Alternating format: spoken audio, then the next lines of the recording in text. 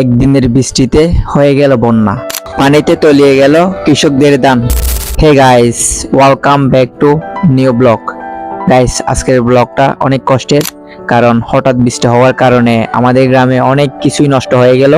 Guys, বৃষ্টি হওয়া ভালো, তবে অতিরিক্ত বৃষ্টি হলে, আমরা যেহেতু গ্রামে বসবাস করি আর আমাদের গ্রামে তো বেশিরভাগই হচ্ছে ফসলি জমি, বৃষ্টি হওয়ার কারণে ফসলি জমির ক্ষতি হয়।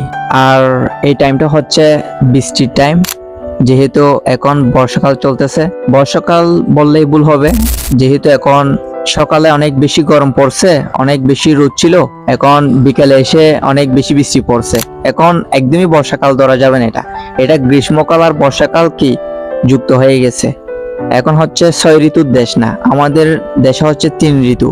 এখন শীতকাল, বর্ষাকাল, তারপর হচ্ছে গ্রীষ্মকাল, এই 3টে ঋতু চলতেছে এখন আমাদের বাংলাদেশে।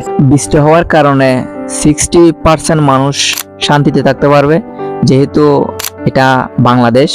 আর 40% মানুষ একটু সমস্যাতে থাকবে, যেহেতু এটা কৃষি প্রধান দেশ। 40% মানুষ বৃষ্টি হওয়ার কারণে একটু ক্ষতিগ্রস্ত হবে আর কি। আর বর্ষাকাল যেহেতু, এখানে ক্ষতিগ্রস্ত ধরে লাভ নাই, আল্লাহ যা করে ভালোর জন্যই করে। বৃষ্টি হওয়াটা ভালো, আবার অতিরিক্ত হলেও সমস্যা, আবার বৃষ্টি না পড়লেও সমস্যা। কারণ বৃষ্টি না পড়লে হচ্ছে এই গরমের মধ্যে টিকে থাকা একদমই অসম্ভব, আর বৃষ্টি পড়লে হচ্ছে, বেশি পড়লে হচ্ছে সমস্যা আর কি। যাক, আলহামদুলিল্লাহ, আল্লাহ যা করে ভালোর জন্যই করে, আল্লাহ কাউকে নিরাশ করে না। সর্বশেষ একটাই কথা, আল্লাহ সবাইকে হেফাজতে রাখুক, সবাইকে সুস্থ রাখুক, সবাইকে ভালো রাখুক। আল্লাহ হাফেজ।